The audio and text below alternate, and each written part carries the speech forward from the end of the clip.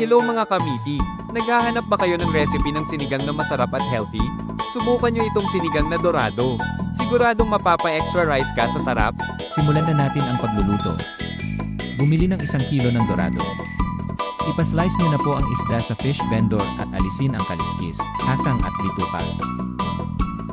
Mag-init ng mantika sa kawali at iprito ang mga piraso ng dorado. Iprito lang ito ng ilang minuto hanggang mag-brown ng kaunti. Pagkatapos ay baliktarin upang maiprito din ang kabilang bahagi ng isda. Pag naiprito na ay hanguin na sa kawali ang isda at ilagay sa isang plato o strainer. Ang pagprito ay isang teknik upang maalis o mabawasan ang lansa ng isda. Pagkatapos ay iprito din ang lahat ng natirang dorado hanggang magkulay brown. Mag-init ng mantika sa kawali at igisa ang luya.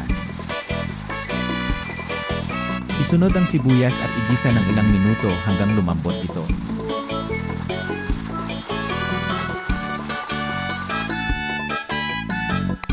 Ilagay ang hiniwang kamatis at halu-haluin.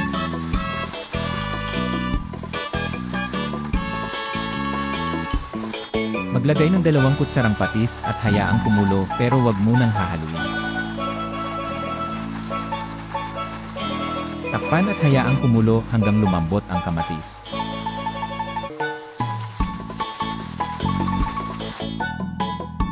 Ilagay ang miso at halu-haluin hanggang madurog kasama ng kamatis na pinalambot.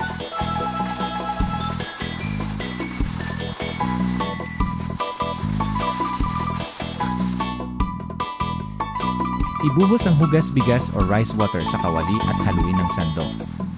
Pwede rin kayo gumamit ng tubig kung walang hugas bigas.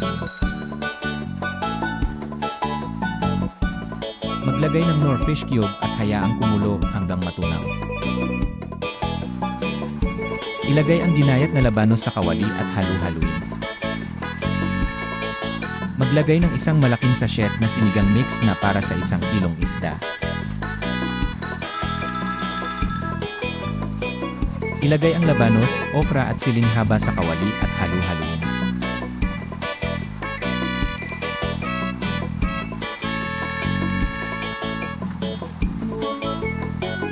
Pagkatapos ay ilagay na ang piniritong dorado sa kawali. Huwag niyo na pong hahaluin at baka madurog ang isda.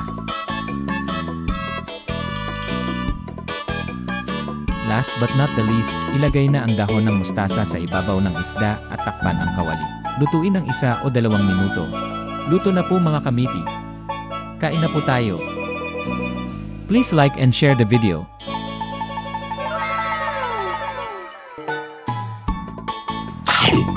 Bumisita rin po kayo sa aming website na Lasang Pinoy Meaty Recipes. Mag-subscribe din po kayo sa aming channel na Lasang Pinoy Meaty Recipes. Please show your love by subscribing to our YouTube channel. Just click the subscribe button and the bell button to get notification on new video uploads. Thanks.